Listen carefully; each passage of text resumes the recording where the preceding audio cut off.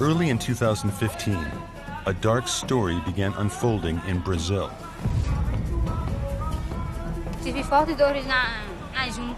I had pain in my joints, knees, and in my legs and arms. Some spots, now they're starting to go away. It itches a lot, all the time. No one sleeps. 18-year-old Emambriel de Seluz complains of fever, joint pain, and a rash. In the spring of 2015, patients like Emambriel flooded clinics in Recife, Brazil. By examining their blood, health officials ruled out dengue, chikungunya, and other regional viruses.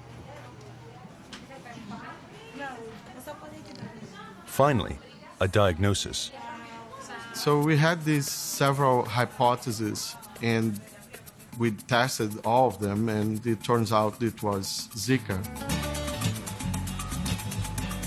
Doctors in Brazil were relieved. Zika was a mild disease, and since it was first discovered in Africa, it hasn't been on anyone's radar as a dangerous virus. Zika was first identified in 1947 in Africa. Then it appeared on a Pacific island of Yap. Then in 2013, it moved to French Polynesia. It wasn't known to cause severe disease. Most of the cases were asymptomatic, and most of the people who got disease got only mild disease. Until this time, Zika was not a big international news. Things start to become scary by late September and October when people start to see this increase in number of microcephaly cases. We haven't seen nothing like this before. So many babies in a short period with microcephaly. In 1 week, we have seen about 13 babies with severe microcephaly. About 12 in a year is the median. I never saw anything like this in my life. They had triangular face, and they seemed to have no forehead. And they had kind of a helmet in the back with the occipital, what we call the backbones, in a very strange shape. 2-month-old Samuel da Silva suffers from microcephaly.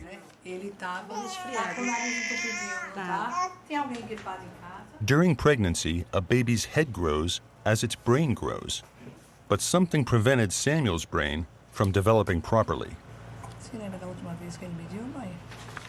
And the same thing happened to thousands of Brazilian babies born around the same time.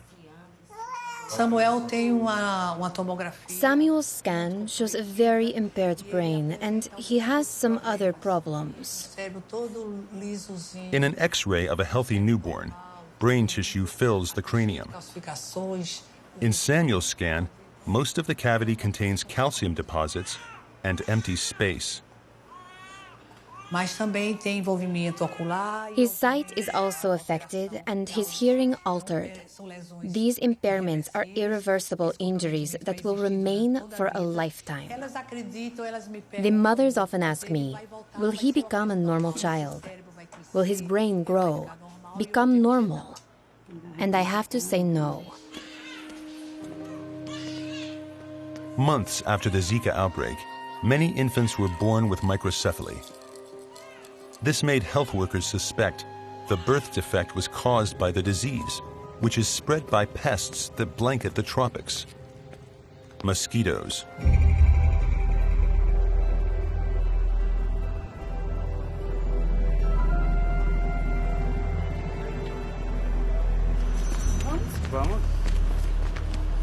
To test the hypothesis, Brazil's Ministry of Health partnered with the Centers for Disease Control and Prevention.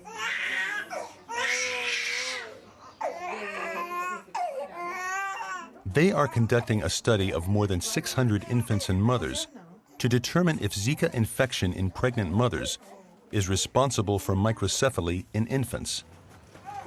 What we're doing is a case control study. So we have cases that are babies born with microcephaly and controls who are babies born without microcephaly in around the same geographic area and around the same time. And we're interviewing the mothers, examining the babies, measuring head circumferences, as well as testing both the mothers and the babies for Zika virus.